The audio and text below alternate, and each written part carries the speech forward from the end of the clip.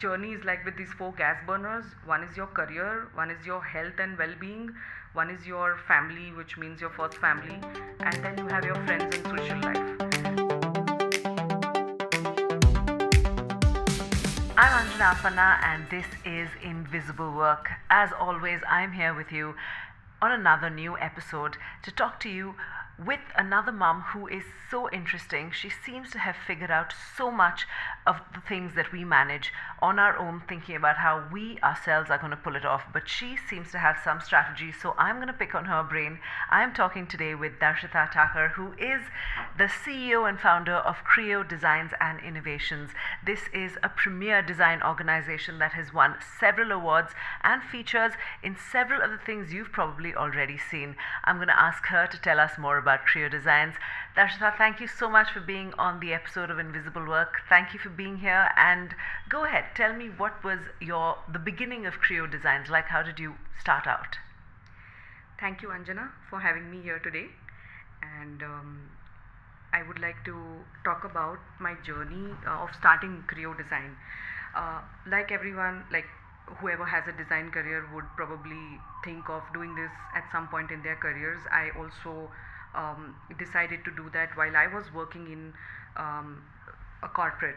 I started my journey from National Institute of Design, NID. I have graduated from there, and after that I worked with the different kind of corporates, retail corporates, I would say, for about 8 years. And during that tenure, I could see that, one is I understood myself first, that working in a corporate is not very easy for creative people. We tend to be more individual contributors, individual thinkers with strong ideas.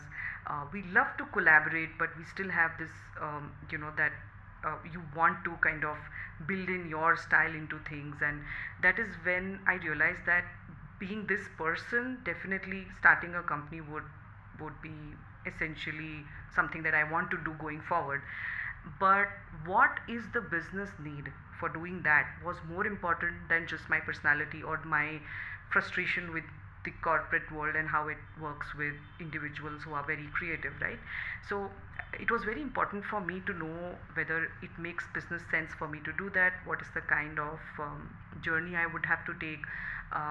So therefore I would say I took another couple of years struggling it out, working it out in the corporate, till I figure out the right business case for my design agency. And while I was working, I used to brainstorm with myself that, where this is, which is the gap in the market, what is going to get me clients. It's not just going to be my ideas, or it's not just going to be my ambition that I wanted to start on my own, so therefore here I am, now give me business. That's not how it's going to work.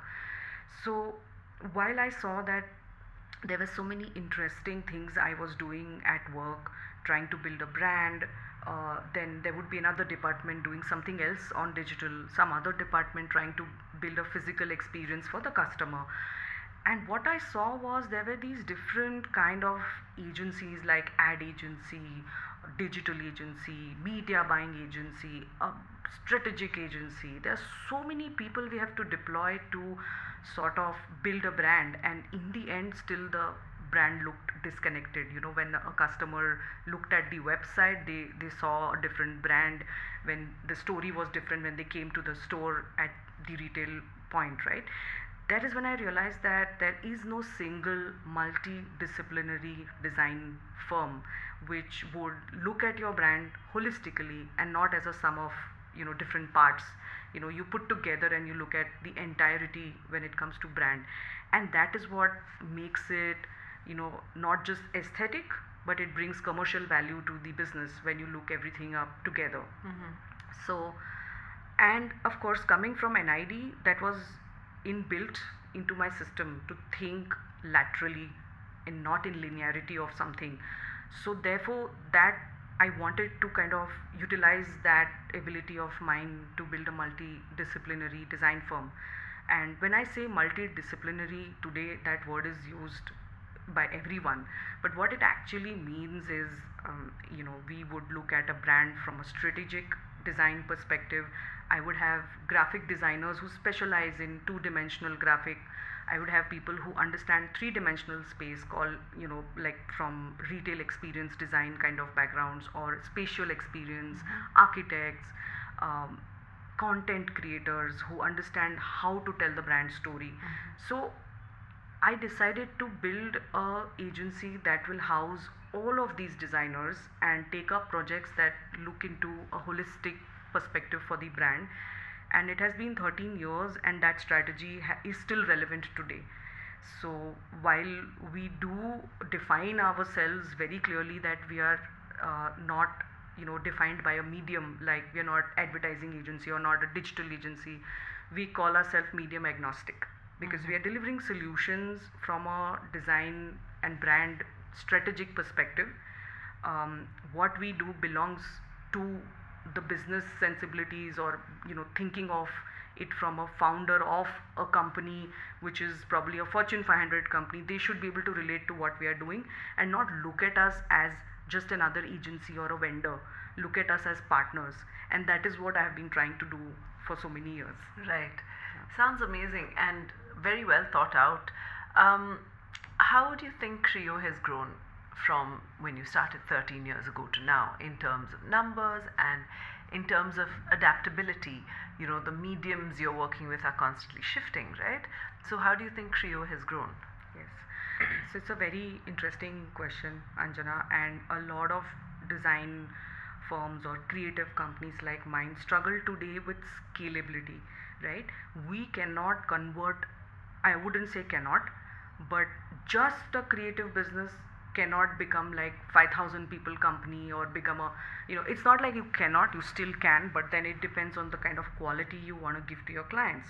On one hand, you are talking about strategy, giving boutique services, and today clients don't want mass solutions. AI is doing that, right? So you can't take that space where you're just producing stuff, you're just creating multiples of operational design outcomes. What necessarily happens with a creative journey is you have to be conscious as to how you are growing the company. So the minute you expand people, um, you you're going to compromise something somewhere. And that, in my journey, I have realized that maybe it's not worked out for my strategy to scale up the business to more than a certain size, you know so therefore, also you have to understand the shifting dynamics. Earlier there were less AI tools, so we needed a lot more people to deliver a lot of operational things or execution related things. Today, luckily, AI is around, and there is a lot of things that you can do faster, right? And I think with AI, if you look at AI as a collaborator, you're going to thrive. If you're going to look at it as a threat, you are running away from the wrong thing, right? So it's also thinking about it that a lot of people who would understand the space that I work in, there would be tools like Corel Draw back in the day. Today we have Photoshop suite. You have your PowerPoint in that space, which is, when you're presenting ideas. Earlier we were dependent on manual interventions on a lot of things. Today you can really use AI as your collaborator and do a lot of things faster. So when I work with AI, I use 7 to 8 kind of AI to fast track my work. Different kinds of models, different kinds of solutions that I derive. But it's not going to replace me. I know that. It's more like, if I was able to do X, today I'm able to do 10X, and I am quite happy with that, because I have someone whom I can depend on to do a lot of things for which I would break my head trying to assemble everyone, trying to do something, to get the outcome out. It's much more easier and faster now in that sense. But what happens today is a lot of people are looking at AI like a magic wand and expect agencies to turn out something because AI has come. Now you don't charge us, you don't it takes so much of time. But hey, it's just a tool. It's not it's not going to do the job. It's not going to feel the tension between your brief. It's not going to be able to empathize with your customer. It's not going to come up with a solution that's going to work. And I have understood because I have used AI so much, I know where where we step in and how do we use that as a tool rather than depending on it for outcomes, right? So that, I think this AI education is very important for a lot of people. I do see the future of design agencies shifting from a large organization to becoming a lot boutique services, and using AI experts to fast track a lot of things, right? So yes, dynamics have changed, and particularly for Creo Design, I have chosen the space of being in a boutique design space where I have come to a point after 20 years of working in this industry that I don't want to just work for everyone and anyone. I want to choose now the kind of projects that I would like to do, add value to where we are rather than just executing something. And I would want to work with clients who see the value in design or in creative, what we bring on the table, right? It shouldn't be, like I said, like a vendor relationship or just like an agency, though I'm not looking down or saying something in those lines, but it's becoming very exhausting to keep proving that why it matters and all of it. So the dynamics have definitely changed. Right. And I guess ultimately it is your vision as the person who founded this. What is your vision for the company, right? Yeah. Creo does everything from logos to retail spaces to digital campaigns as well. How do you ensure that the brand story remains consistent? What I, as a viewer, take in remains consistent across all of these various platforms and over the years? Yeah. So when you look at it, from the way I started, that how I wanted to position Creo and where it was going, when I look at that, when a project comes to Creo, we don't start doing exactly what that, okay, make a poster, make a logo. That's not how we look at it. We don't start execution. We look at it from a strategic lens. We make sure that whatever we are viewing is from a 30,000 feet above sea level view, where it's not only who are making strategy have to sit on the table for discussion. We will have people from digital design, we would have people from graphic, retail experience, and all of us kind of look at it from our own different lens, right? And how we ensure that the brand's story is consistent has many parts to it. One is the way our thinking ideology works. It connects every space. We do not look at a brand behaving totally differently in a digital space. While the content narrative could be tweaked depending on the audience, the store experience could be different because you're looking at how the customer interacts with the last mile of your product, the way it feels, the way it sounds, the textures, and the tactileness of things matter in a retail space. And overall, it is a connected story everywhere. And to drive that, we need governance. Therefore, we need the brand manuals, we need training modules with people who are handling these different pieces for a client.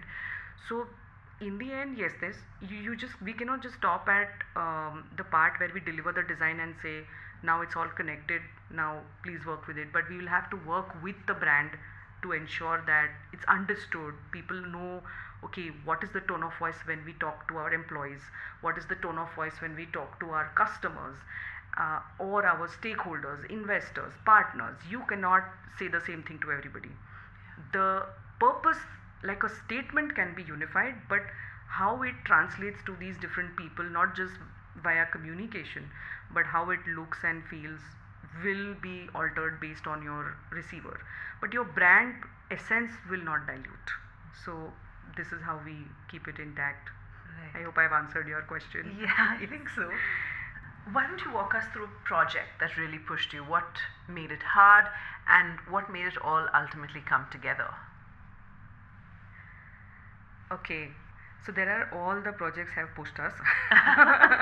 So Spoken like a at true some CEO. point, something has, if everything is going well, there'll be suddenly an employee leaving. If everything is going well on that front, the client will say that now the deadline has shifted. And if everything else is going well, the goalpost will change. Like, this was the brief, now we don't want this, we want that. So by the time you're just going to finish that project and you just realize that someone has just changed your target, right? And then if all of it is fantastic, there will be a payment issue. So I would say that there has been challenges all the time. There has not been a single project today that I can say, oh, it was amazing, memorable, wonderful. Everything is memorable in a positive way, but the journey is what, and in the end, I think that's what you learn from every project, right? You pick your battles. So there have been times, but I can remember this one example. I may not want to name the brand, but I would say that it was that one project that came at COVID time, and when it became a crisis situation where everyone had to work from home, we didn't know how to do that. uh, we we realized that, okay, people don't have extra computers at home, so we'll have to take our office systems and move it to their homes. But then what if something breaks in the process? What happens? It became a nightmare for small medium organizations like Creo, where how do you adapt to something that has suddenly been thrown at you, and the lack of business, right? Because everyone is trying to figure out and put their house in order. Yeah. Why would they care about whether Creo Design has business or not, right? So we went into that space, and that was a challenging time. And uh, we got a call from a client, a very big F&B client, that they want to do cloud kitchen, and they realize that COVID is here to stay probably, or maybe customer habits are going to shift.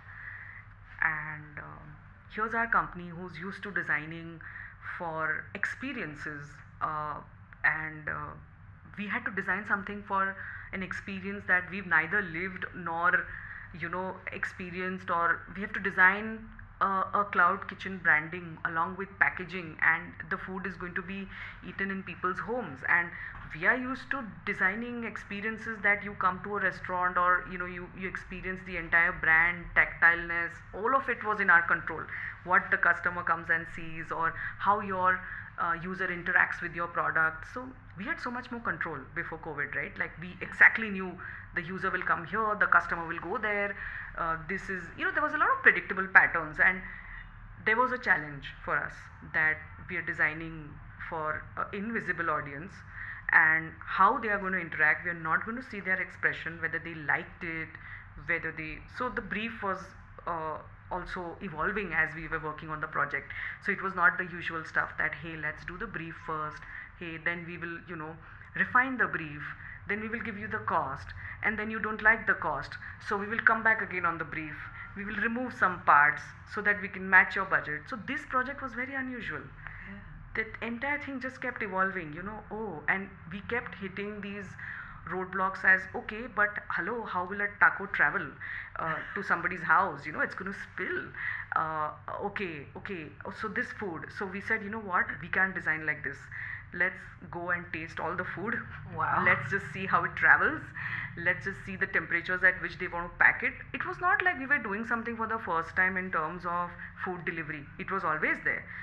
But the brief was, our brand experience has to be same when they eat at home. Yeah. It can't be a food packed in a plastic box with multiple sellotapes around it. Yeah. And so it was a big challenge that it's going to also be delivered by a person wearing mask. So you're not going to be giving that warm, empathetic hospitality to your customer who's used to it from you. You're known for your hospitality, and now somebody in a mask is going to deliver your food. So that became a huge challenge. We did our best to kind of bring in, what do you say, the experience of unboxing the food. How are you going to eat it? You're going to have a working lunch with yourself because you're working from home now. How do we bring the feel of eating out with the brand that is being your favorite for food, and bringing that experience at your home, right? And through very little elements. We cannot add cost. We cannot make the packaging bulky. We want to, this brand is again very particular about sustainability. So there was like, okay, what can we do then? Let's figure that out. If everything, you can't do this, we can't do that. So we kept evolving it, and today I am very, very happy that cloud kitchen is not anymore just because of COVID. It exists, it's thriving. They've opened multiple outlets in Bangalore. They've also reached Mumbai. So it's look, the brand that we built in 2019 has grown exponentially, Wow. and it's COVID agnostic. People want it now. They actually enjoy it. So how we built that packaging, how we worked through this entire user journey, how we designed for an audience that we've not met, for the experience we don't know how it's going to, what is the validation whether it worked or not. So all of it was a challenge, and I think we really enjoyed it also. But yes, it had multiple challenges. That sounds incredibly hard because it was such an unpredictable time, Yeah. and to create a sense of predictability through a brand is something else altogether. Yeah.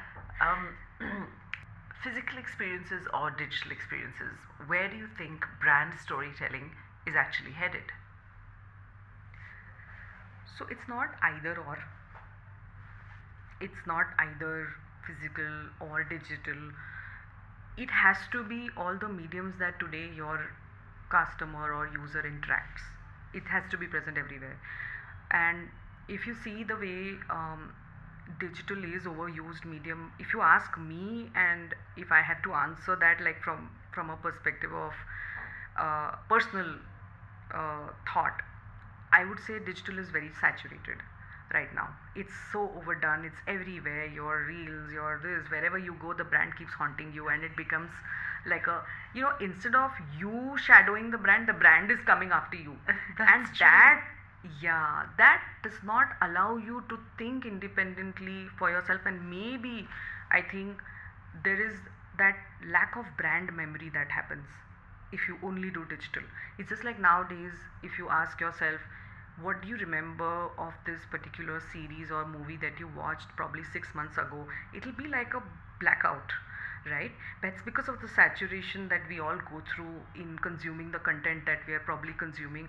I'm not sure about the scientific answer to that, but there are memories in our mind that we remember probably 20 years ago, but 6 months we don't remember, right?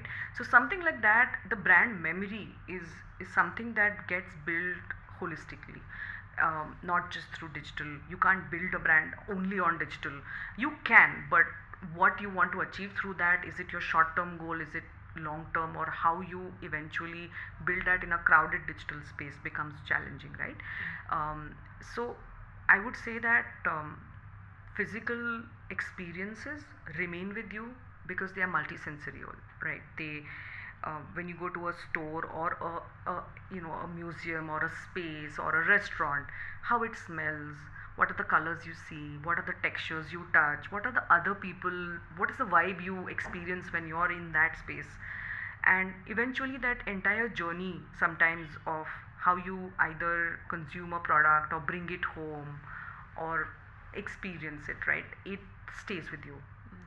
So a brand is not linear. It is built across different brand touch points is a very cliche word, but yeah, that's the word I want to use for bringing simplicity here, because you want that customer or user to experience and do more than just visual sensorial impact.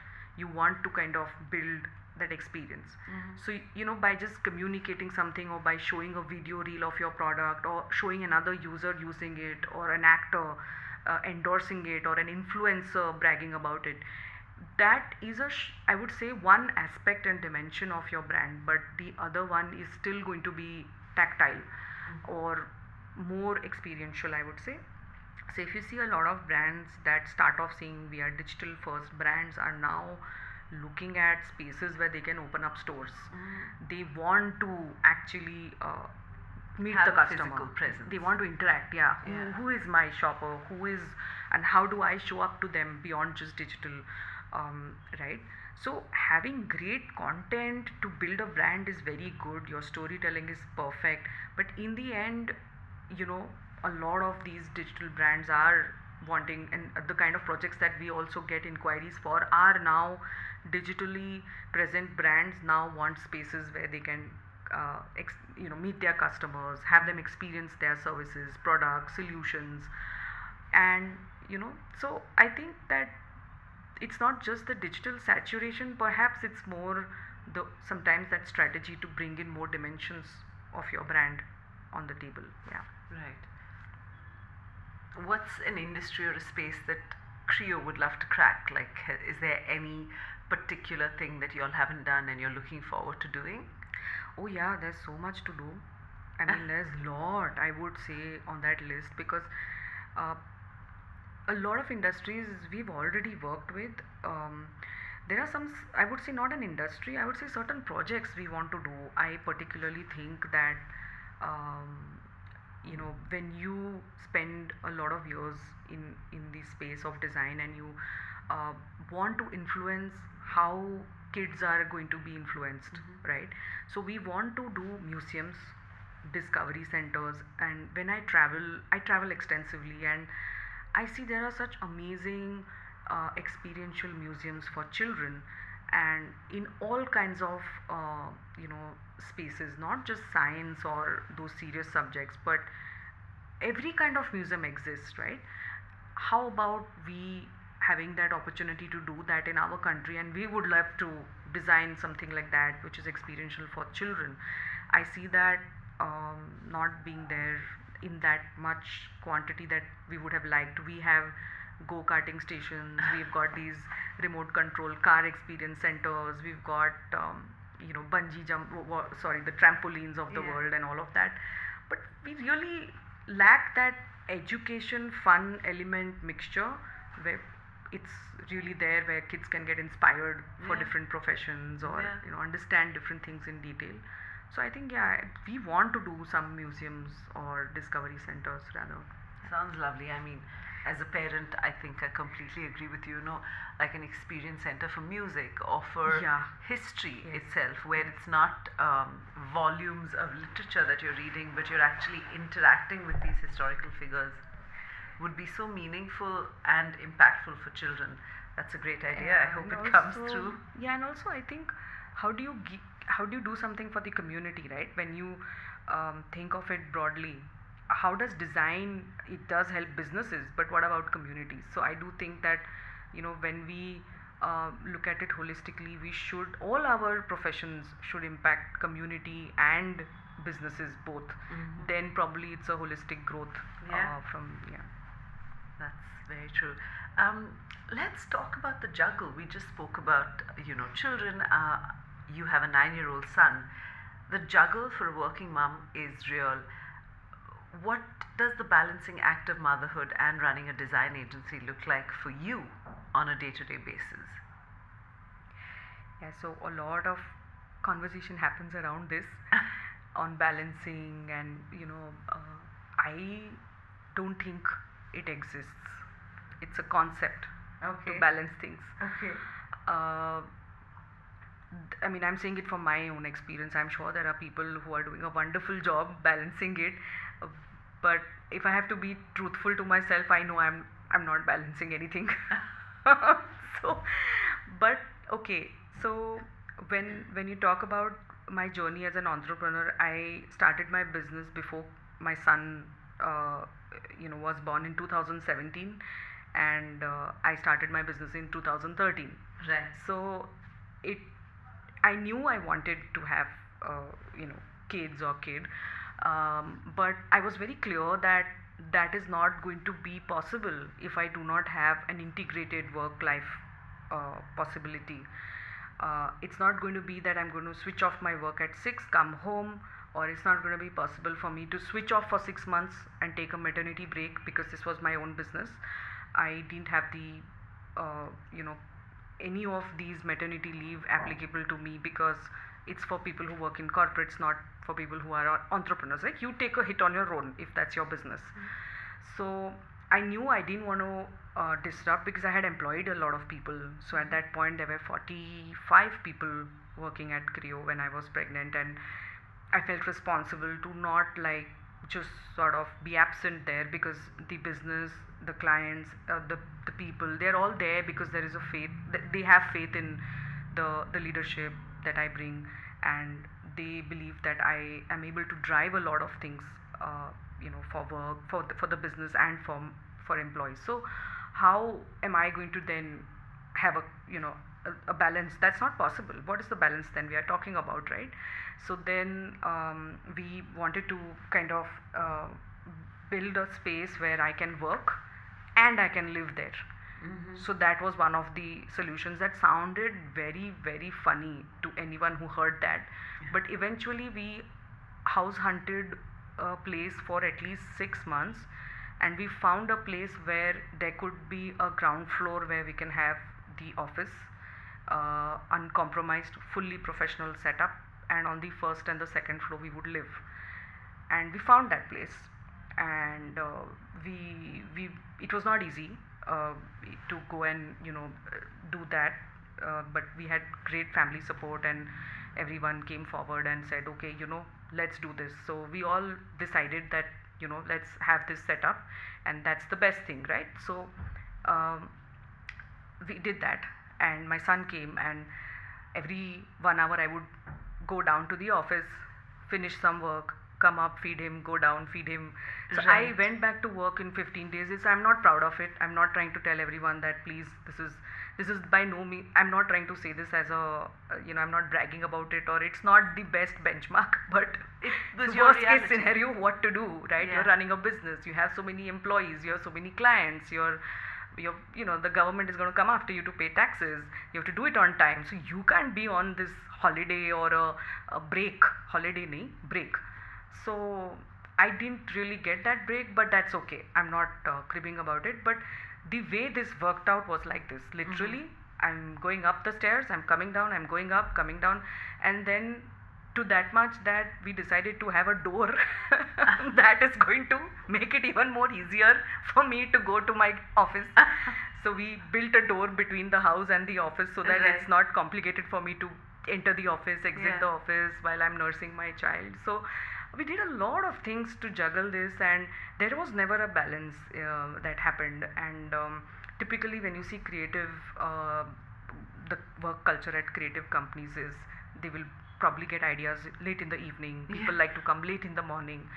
So it has taken me a lot of time to bring that discipline to my team, that we are going to uh, switch off at 6:37, and it's okay, we will take up less work, but we don't want to stretch the time, and it.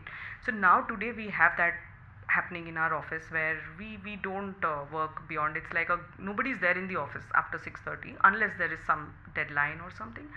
But yeah, to answer your question about this balancing thing, till today, I think that is not, I don't think we can achieve it. It's not work life balance, it's work life integration. Right. You have to integrate if you believe that is your passion. A lot of people tell me that I have other things to do apart from work, and this is not the only thing in my life. Fantastic for them. Probably for me, I am that person who loves my work. I feel very passionate about what I do, and I don't think I need to find other time to do other stuff outside my work to feel happier. I feel happier if somebody gives me enough and more time to do my work and not disturb me during that time. I'm more than happy that I'm getting that kind of time, right? Right. So, and I will want to talk about that balance, about that 4 gas burners that I spoke about. Yeah, that if was you a want lovely to. analogy. Yeah. The 4 gas burners Somebody, analogy. yeah, I actually came across this. This is not something that I have created, or I came across this post somewhere, maybe on Instagram, that you have this, your journey is like with these 4 gas burners. One is your career, one is your health and well-being, one is your family, which means your first family, and then you have your friends and social life, right? The thing is that, so that post said that if you have to be successful, you have to switch off one burner, and super successful, switch off 2 burners. And if you do not believe what I'm writing, please go and see all the founders who have created big companies and evaluate which burner they have switched off. So when I did that maths and when I looked at everyone, I realized that there is somewhat, I think, truth in that, that you are going to compromise on something, you are going to have to switch off something if you are after something else. And that point is not about the burners, it's about picking your battles, Yeah. right? So at the stage that you are, what is the battle you want to pick? You please choose. Do you want to have all of it? Then fine. Then be happy with uh, mediocrity or being average, which is fine. You don't have to always be an ace performer or do everything and have a full big career. Or you sometimes can just focus on your health and switch off the career. Focus health, family, and So you try to do everything. You either burn out or you remain average. So you have to pick your battle.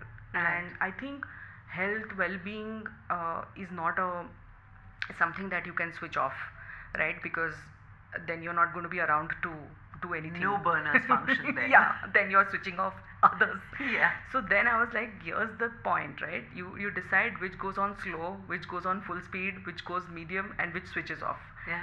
So that kind of thing sort of comforted me that okay, there are some aspects of probably a fulfilled life that you got to kind of decide when and which is the right time to switch it on. And I think prioritization is what we all need to understand, that okay, when a kid is from 0 to 4 years old, what is the priority, or 4 to 8, or a business which is 0 to 4 years old, what happens to that business, what is our priority, right? Right. The priority is to get clients, to do whatever works comes on your way, because you got to thrive and survive that business, right? So, and when your kid is 0 to 4, what do they need? So if we pick those right priorities, I think we can integrate this work life better. Yeah. Right? So I have realized that when my kid was small, it was a lot it was a lot, I would say, straightforward to outsource a lot of things, right? Yeah.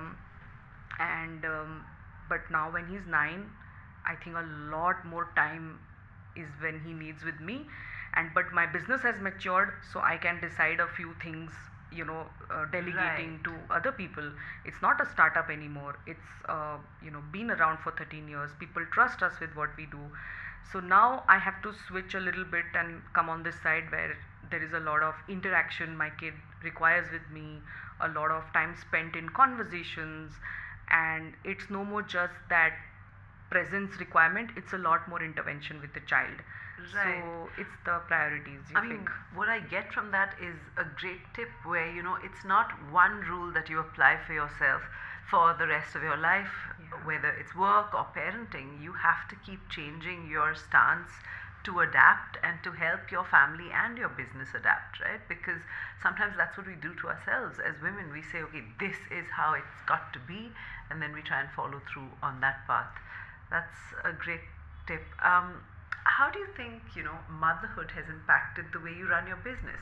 Are you perhaps more patient with your employees? Do you hire more women? Do you, do you think that you think differently when certain brands approach you? How do you think motherhood has impacted your work?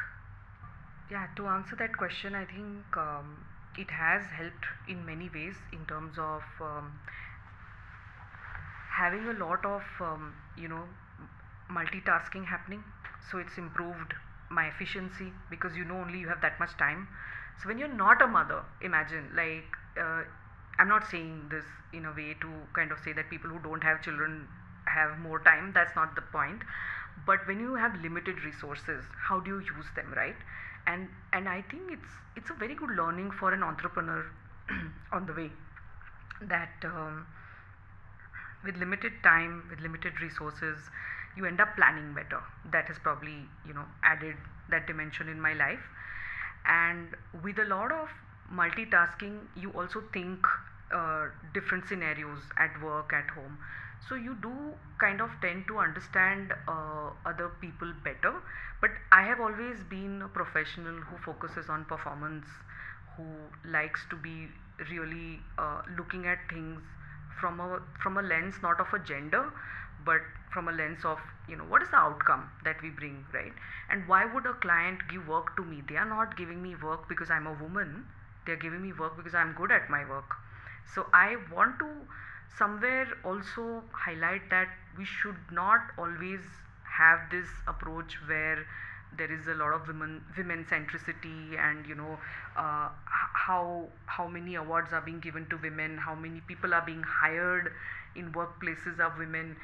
And we should not become that charity case, right? We Yeah. should be really elected and wanted. So therefore, if you're looking at equality, we should look at performance, we should look at our own skills, we should always benchmark with the best irrespective of the gender, right? Now, while if the world is not making opportunities for us, we make it ourselves, and not everyone will get them, but we have to start somewhere, right? I mean, so when I look at my own office, what I have done is I give opportunity to talent and commitment, and I look at performance from a gender neutral perspective. Like, I don't really corner and say because she's a woman she should be entitled for this or that, right? So I would say that while I do have, if even if a male colleague comes to me and wants an off for taking care of their parents, it's the same emotion or empathy I have when a woman comes to me and asks for something or wants something or taking a break or whatever, right?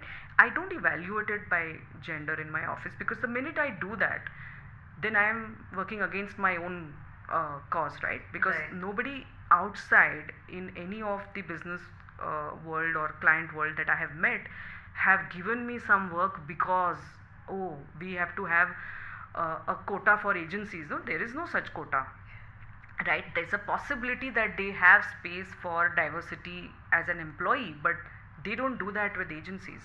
They don't give work because it's owned by a woman, right? They give it because they are good at it. And I think I want to keep it that way, that people should give work to me because I'm good at it, and I should get the opportunity because I'm good at it.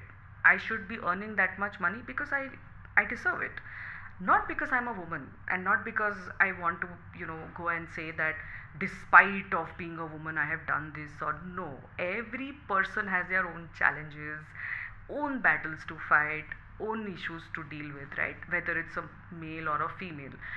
While we do have the opportunity to become mothers and all of that, but I still look at it very objectively when it comes to work, that the performance, the talent, the commitment cannot be defined by gender.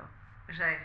So, do you think that if I constituted this award to say Best Female Entrepreneur of the Year and gave it to you, would you not want that? I No. mean, is that something No, you do? I feel that you're, taking away all what I have put together as an individual, right?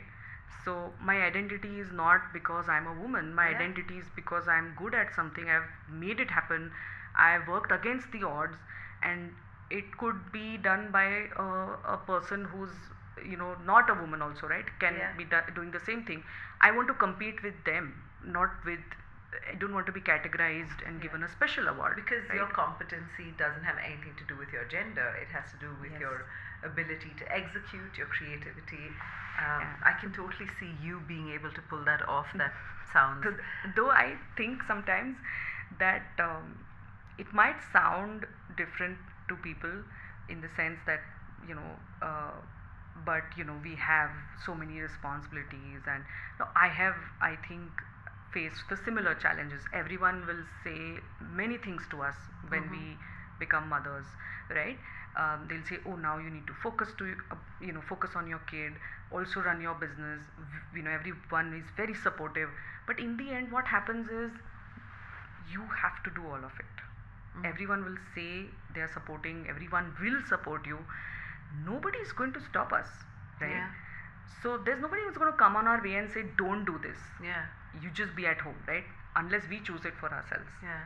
So I mean, I would, if I could play the devil's advocate, I would say that it also has to do with the privilege that Yeah. perhaps people like you and I could um, garner to our advantage.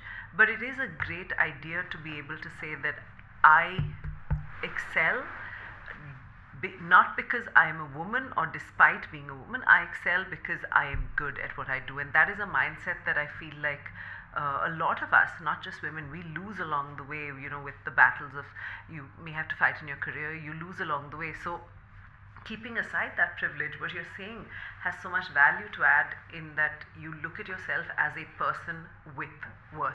Yeah. And So when you say privilege, what exactly you mean to say that we have got the resources to resources. Okay. So I want to just highlight a little bit there that while I was growing up in a house with four siblings, and there was a lot of things when were not available to us as kids, right? Right from education fees, I had taken a Right. loan for my education, and there was an EMI to pay. So there was a Right. need to do the work that I did, despite of not being fully content in terms of that that I want to do something on my own. I'd rather not work because I have a bad manager, or I didn't have that choice or privilege to quit at any point. And when I started Creo, I started it with a mobile phone. I didn't have the money to buy a laptop as well, right? So my journey has not come from a place of privilege or having things uh, easy or there, like some there was no fallback, there was no plan B. Like, Uh-huh. there's no one who's paying my rent, there's no one who's um, I can't go back home and say, hey, I've quit my job now. Who's going to pay that EMI? And I can't put that burden back on my parents. They've also done a lot already, Yeah. right? So that privilege I have built for myself today. Yeah, that's amazing. Right? It's not was never existing, and there have been all kinds of Challenges. challenges with money. So tell me, what was it? What was your mindset like growing up? Were you always hungry to have something of your own? Was that something that you thought you would always do, or how come, given your experiences in life and the difficulties you had getting to where you were, how come you didn't just fall back on the comfort of a regular 9 to 5? Like, what was it that sparked this in you? So when you grow up, right? I mean, you think like you're gonna probably have someone take care of you eventually, and you have a fallback option, and all of that, and you go with that mindset. Okay, it's the loan, we'll clear it, we'll work. Okay, fine. But then when you become uncomfortable and you realize that this is not sustainable, I have my own thought process. The growth in certain corporates feels restrictive, right? You don't see yourself growing in that organization, or then changing a job also. You see that okay, how much am I going to be able to do and utilize my own skill? That is one part. The other part is the mental challenge, because you have to deal with people. You have to constantly be told probably you're not good enough, or because we are paying you this, you better do Y, X, all of it. When you're cornered, right, that is when everything starts sparking. And when you're cornered, when you don't have choice, you don't have money, and that is when you want choice for yourself, right? And it's not about money, it's about the choice you can make with that, right? So I knew that I want to do individual contribution, and I wanted to build something where I can take my decisions. So I I think I understood myself better when I realized all of this, that a 9 to 5 is probably the uncomfortable space for me.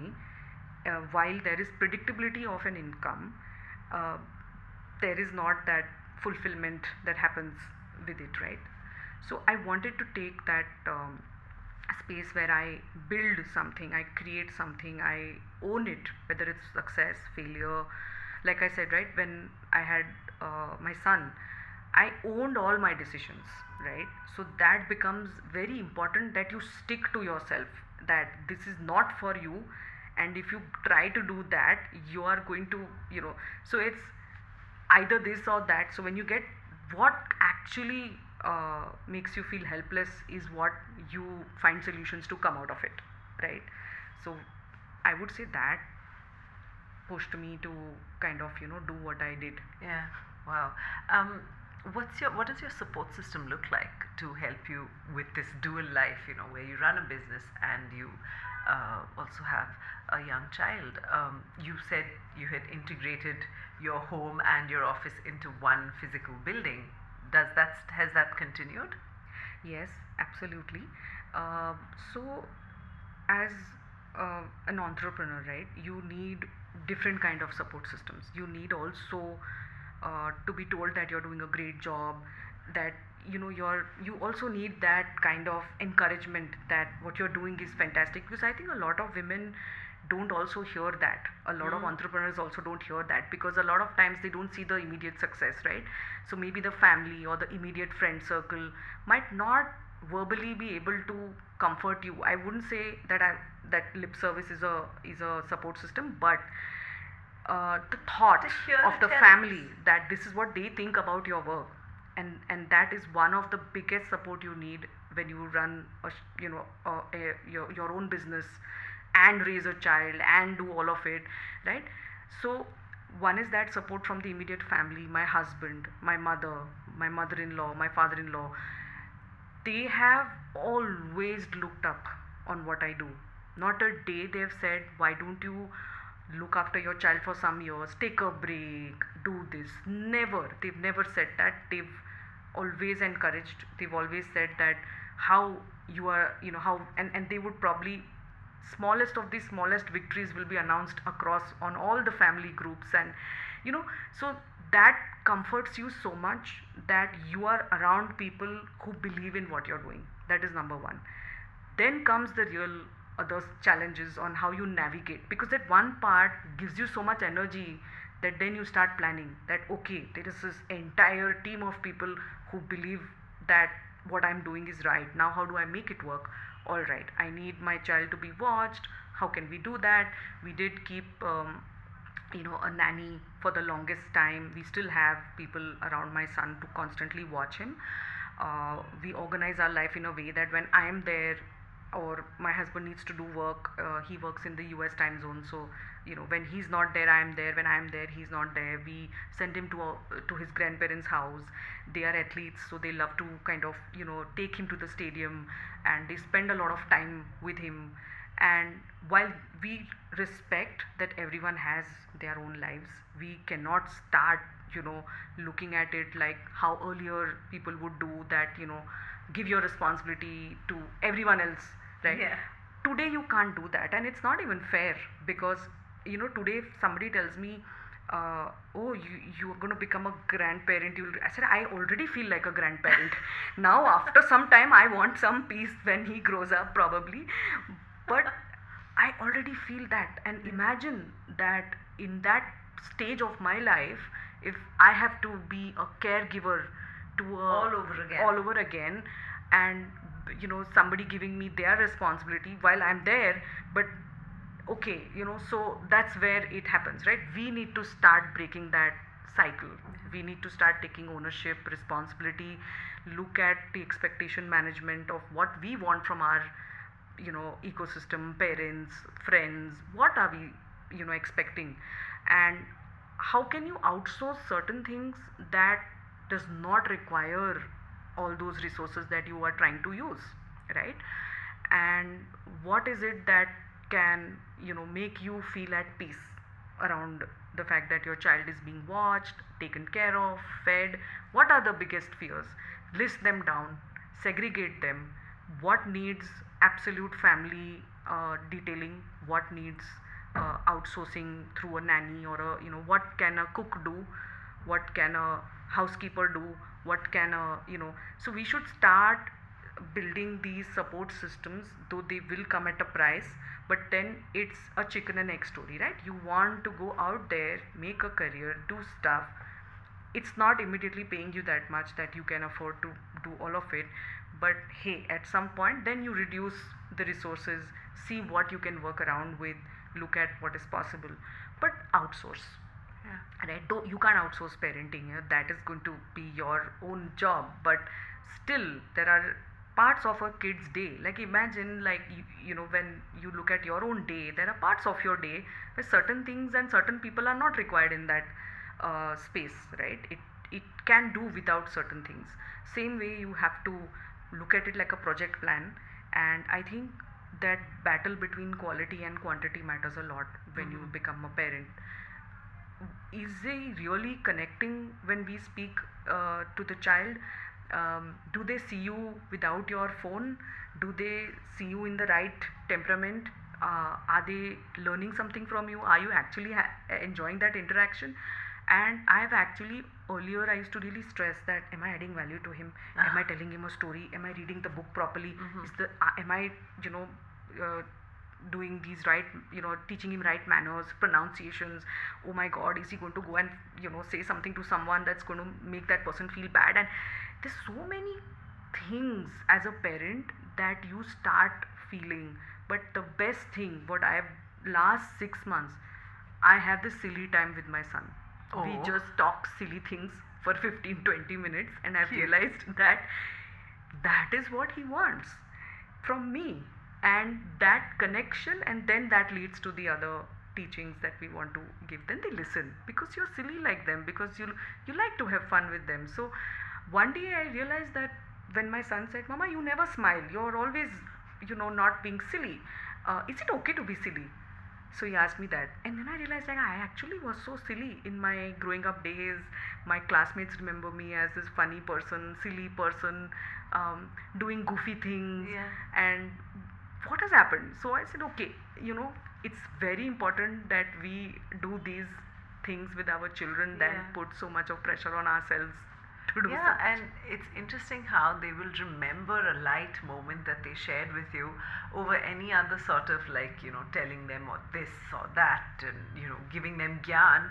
But a light moment, I see that with my son too, something absolutely unpredictably funny that happened.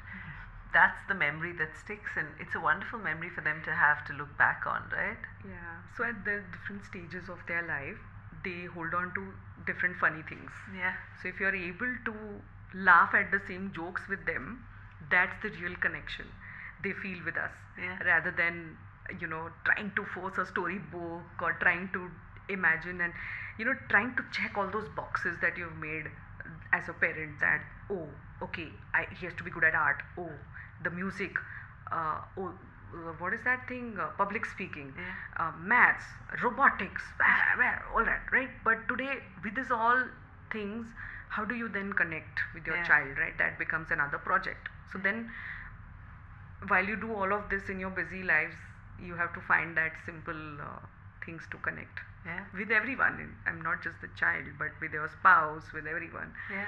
So yeah. Um, what would you say to a mother who's listening to us talk now and, has a great business idea, but she's talking herself out of it constantly? What would you say to that mother? See that every point in your life you will have a reason for not doing something, right? That is never going to be easy. Like when you look at a stage when it's a newborn, oh, the baby's just born. Then when they grow up, oh, the baby has grown up, now they are talking. Oh, they have to study. Oh, they have to go to college. Oh, they are going to get married. So there is always something. Oh my, there is something, or the weather is bad, or whatever. There's going to have, you always will find something that will not make something happen. If you believe that, one is, you want to do something is one thing. The other thing is your business idea. I would say that it has to be benchmarked from a commercial standpoint for you to get success. I wouldn't say that big monies or that should be your goal, right? Sometimes you can have passion and interest in something, but does the market need it? Does the world need it? Do you know who you are going to be giving your services or your product or your solution to? Do you have a business framework in place that this is the kind of market that I have, this is the kind of competition that exists today, this is what I'm going to do different because this is what I bring to the table, uh, and which are the audience or customers or businesses that are going to fund it or going to believe in it, right? Even though it's a small thing, even if you think you can make very good potato chips, right? Look at still the competition, look at the market, look at how you're going to do, see the end thing in your sight, where what are the, what is it that you want to achieve through this, right? And then it becomes a lot more clearer that maybe, okay, everyone is making potato chips, I might want to do it like this. So you build your own roadmap, brainstorming, and predict some landmines on the way, if not everything. Talk to more entrepreneurs, if you're comfortable talking to more women entrepreneurs, then talk to women entrepreneurs on what are the challenges, right, at home front or at work front. Even though I said that, my belief is that you have to be judged based on your talent, but sometimes, like you said, it's not just the privilege part, but I think that confidence, right, you get when you look at other people, and it is that victory that you feel for, in your position, when you see other people succeed, right, when other people make it. We all sort of start crying when we see somebody who wins something, who comes from a background that is not privileged, and we cheer for that person, right, and we relate our success and sort of. So maybe if you are comfortable, you should talk to, To your see first someone circle, in if your someone own has done reflection. something. And success is not like what you say that okay, I earned X money in the first year. That is not the success metric, right? To first define the problem you're solving is the first success metric, in my opinion. If you're able to tell that these are the people who I'm going to serve, or this is the community that is going to get benefited, this is uh, not a, or you define it well, that this is not a commercial project, this is a fulfillment project. I want Yeah. to serve the community, I want to make a difference to people's lives, but I'm not essentially looking at commercial value, right? So you need to define that, Yeah. and that's half the battle won. Yeah. That if you're able to be very clear with yourself what you want out of this idea that you want to do, then you can. So once you believe in that, and then everyone else around you will get up and start coming together for you. And if they don't also, despite of everything, no one is going to stop you, so you can still make a plan and sort of make it work. And if you feel that, like you said, sometimes people don't have the choice, so build a time for yourself, that when that opportunity is going to be right for you to go and strike, but keep planning in your head, and make sure that you reach that point one day and say, done, now is the time, I'm going to go for it, right? Yeah. So don't ever think that the time is not right, or when is the right time. There is no right time or wrong time, right? Yeah. So you can have multiple children also. Yeah. So I've seen my mother, like we were 4 of us, Right. and there was lack of opportunity back in the day for not just women, for everyone in Yeah. general. In growing up in the 80s, Yeah.